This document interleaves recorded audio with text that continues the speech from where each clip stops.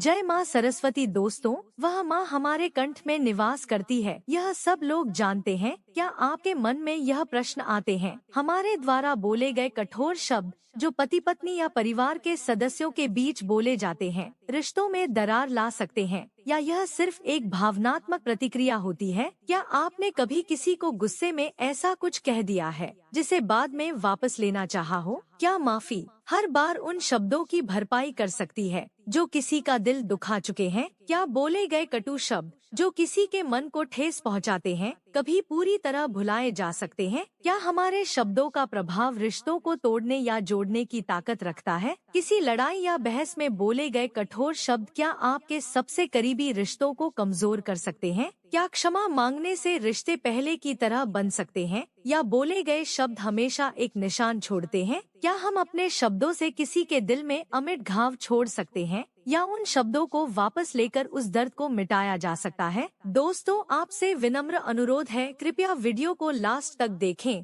हो सकता है यह कथा आपका जीवन बदल दे, आप शब्दों का महत्व समझ सको, बस यही आशा करता हूँ। चलो दोस्तों, कथा की ओर बढ़ते हैं। गांव के सुदूर कोने में एक किसान अर्जुन अपनी सादगी और मेहनत के लिए जाना जाता था। वह सूरज उगने से पहले खेतों में उतर जाता और देर शाम तक मेहनत करता था। अर्जुन का मानना था कि धरती कभी किसी का साथ नहीं छोड़ती, जैसे बीज बोया जाए वैसे ही फल देती है। अर्जुन के पास बहुत अधिक धन नहीं था, लेकिन उसके पास संतोष और धैर्य था। उसकी पत्नी और 2 बच्चे ही उसका संसार थे। गांव में अर्जुन की एक सरल और ईमानदार व्यक्ति के रूप में पहचान थी, लेकिन एक चीज जो उसके स्वभाव में थी वह था गुस्सा। अर्जुन कभी कभी भावनाओं में बहकर कठोर शब्द कह देता था, और यह आदत धीरे धीरे उसकी पहचान बनने लगी थी। अर्जुन का पड़ोसी रामनाथ भी किसान था। दोनों के खेत एक दूसरे के पास थे। एक दिन जब रामनाथ की भेड़ें अर्जुन के खेत में घुस गईं और उसकी फसल को नुकसान पहुंचाया, अर्जुन क्रोधित हो गया। बिना कुछ सोचे समझे उसने रामनाथ को बुरा भला कह दिया और कठोर शब्दों का प्रयोग किया।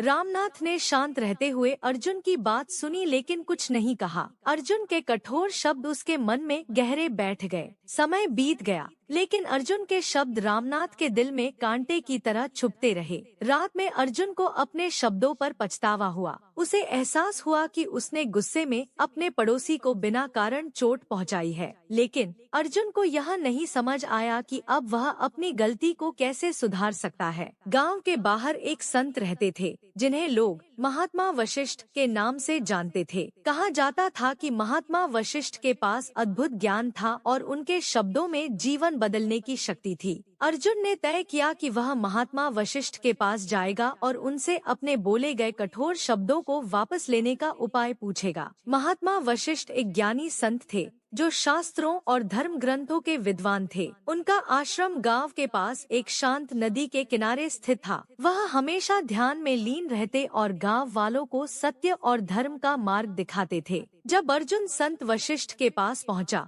तो वह आश्रम के बाहर खड़े होकर कुछ देर प्रतीक्षा करता रहा। संत वशिष्ठ ध्यान समाप्त कर अर्जुन के पास आए और बोले, क्या बात है वत्स, किस चिंता में पड़े हो? अर्जुन ने संत के चरणों में सिर झुकाया और अपनी गलती की पूरी कथा सुना दी। उसने संत से पूछा, गुरुदेव, क्या मेरे बोले गए कठोर शब्द वापस लिए जा सकते हैं? मुझे कोई उपाय बताइए जिससे मैं अपनी गलती सुधार सकूं। अर्जुन की आंखों में पश्चाताप झलक रहा था। संत वशिष्ठ ने अर्जुन की ओर देखा और बोले, वत्स, यदि तुम्हें अपनी गलती का समाधान चाहिए तो मैं तुम्हें एक कार्य सौंपता हूँ। अर्जुन ने सिर झुकाकर कहा, गुरुदेव, मैं हर कार्य के लिए तैयार हूँ, बस आप मुझे इस बोझ से मुक्त होने का मार्ग दिखाइए। संत वशिष्ठ ने मुस्कुराते हुए कहा, तुम गांव भर में घूमो और जितने अधिक से अधिक पंख इकट्ठा कर सको कर लो। फिर उन पंखों को शहर के बीचों बीच रख दो। जब यह कार्य पूरा हो जाए तो मेरे पास आना। अर्जुन को यह कार्य सरल लगा। उसने मन ही मन सोचा कि शायद यह किसी प्रकार की प्रतीकात्मक तपस्या होगी। अर्जुन अगले ही दिन काम पर लग गया। वह गांव के हर घर में गया और लोगों से पंख मांगे। पक्षियों के पंख खेतों, जंगलों और नदी के किनारे से इकट्ठा किए। कुछ ही दिनों में अर्जुन ने बड़ी मात्रा में पंख इकट्ठा कर लिए। फिर वह उन सभी पंखों को लेकर शहर के बीचों बीच गया और एक चौराहे पर रख दिया। हवा चल रही थी, लेकिन अर्जुन ने ध्यान नहीं दिया। उसने पंखों का ढेर जमा किया और निश्चिंत होकर संत वशिष्ठ के पास लौट आया। संत वशिष्ठ ने जब अर्जुन को देखा तो पूछा, वत्स, क्या तुमने पंखों को रख दिया? अर्जुन ने गर्व से उत्तर दिया, जी हाँ गुरुदेव, मैंने आपके आदेशानुसार सभी पंख चौराहे पर रख दिए हैं। संत वशिष्ठ बोले, अब जाओ और उन्हीं पंखों को वापस लाकर मेरे पास रख दो। एक भी पंख कम नहीं होना चाहिए। अर्जुन को यह सुनकर अचंभा हुआ, लेकिन संत का आदेश मानकर वह वापस शहर गया। जब वह चौराहे पर पहुंचा तो देखा कि सारे पंख हवा में उड़ चुके थे। कुछ पंख दूर जाकर फंस गए थे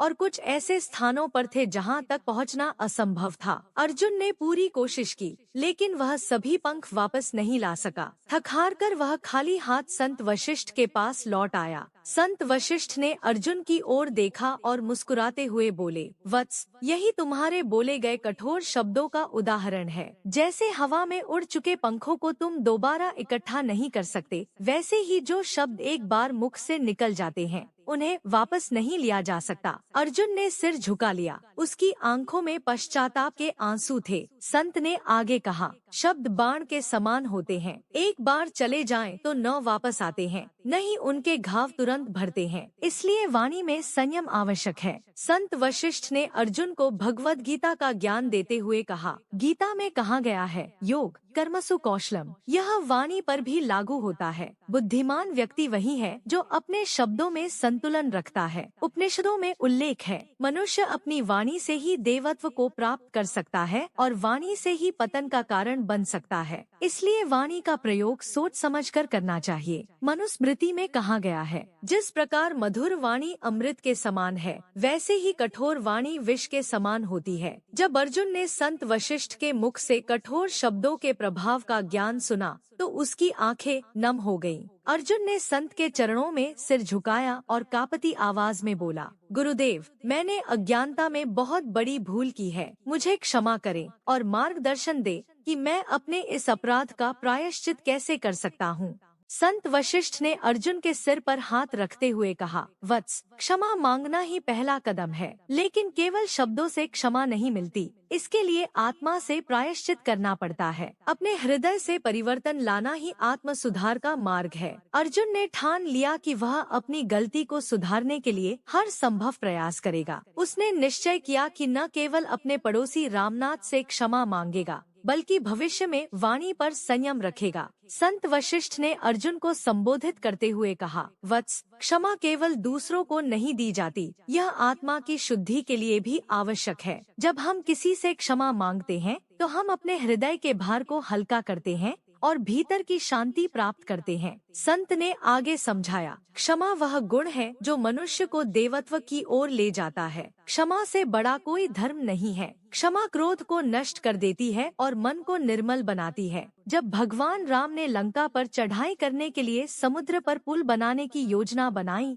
तब उन्होंने समुद्र से मार्ग देने के लिए प्रार्थना की। 3 दिन की प्रार्थना के बाद भी जब समुद्र शांत नहीं हुआ, तब भगवान राम ने अपने धनुष पर बाण चढ़ाया और समुद्र को सुखाने का संकल्प किया। किंतु समुद्र ने प्रकट होकर भगवान राम से क्षमा मांगते हुए कहा, प्रभु, यह मेरी प्रकृति है कि मैं जल से भरा रहूं। कृपया मुझे क्षमा करें। भगवान राम ने समुद्र को क्षमा किया और नलनील के माध्यम से पुल का निर्माण किया। महाभारत में जब युधिष्ठिर ने जुए में अपना राजपाट और भाइयों को खो दिया, तब द्रौपदी ने उनसे प्रश्न किया कि क्यों उन्होंने जुए में सब कुछ गवा दिया। युधिष्ठिर ने शांत भाव से द्रौपदी को उत्तर दिया और अपनी भूल स्वीकार की। उन्होंने अपने शत्रुओं तक को क्षमा कर दिया और इसी कारण वे धर्मराज कहलाए। संत वशिष्ठ की शिक्षा से प्रेरित होकर अर्जुन अपने पड़ोसी रामनाथ के घर गया। रामनाथ खेत में काम कर रहा था। अर्जुन उसके पास गया और सिर झुकाकर बोला, भाई रामनाथ, मुझसे बहुत बड़ी भूल हुई है। मैंने गुस्से में आकर तुम्हें जो कठोर शब्द कहे, उसके लिए मैं क्षमा चाहता हूँ।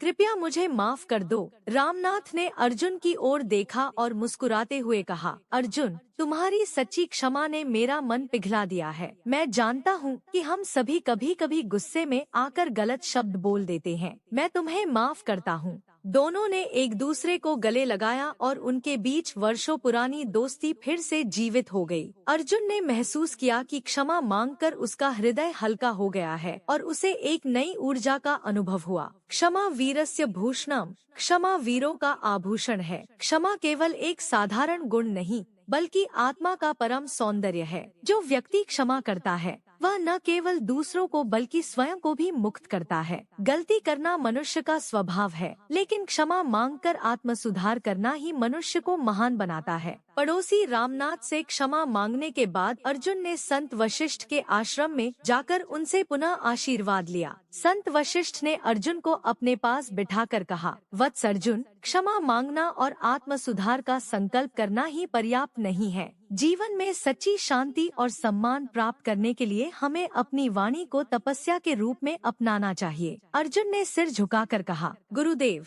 मैंने अपनी वाणी के प्रभाव को देखा है। अब मुझे समझाएं कि मैं अपने शब्दों को कैसे तपस्या बना सकता हूँ। संत वशिष्ठ बोले, वत्स, जिस प्रकार अग्नि तपने से शुद्ध होती है, उसी प्रकार वाणी भी संयम और मधुरता से दिव्य हो जाती है। जो व्यक्ति अपने शब्दों पर नियंत्रण रखता है वह जीवन में सफलता और सम्मान दोनों पाता है। कठोर शब्द मनुष्य के जीवन में विष की तरह होते हैं, जबकि मधुर और सकारात्मक वाणी अमृत की तरह जीवन को संवारती है। संत वशिष्ठ ने अर्जुन को शास्त्रों के माध्यम से वाणी की महिमा समझाई। सत्यम ब्रूयात प्रियम ब्रूयात, न ब्रूयात सत्यम प्रियम, प्रियं च नानृतम ब्रूयात, एष धर्मः सनातन। सत्य बोलो, प्रिय बोलो, अप्रिय सत्य मत बोलो और प्रिय बोलते समय असत्य मत कहो, यही सनातन धर्म है। अहिंसा, सत्य, अस्तेय, ब्रह्मचर्य, अपरिग्रह यमार्ह। सत्य और अहिंसा का पालन करना वाणी की सबसे बड़ी तपस्या है। संत ने समझाया,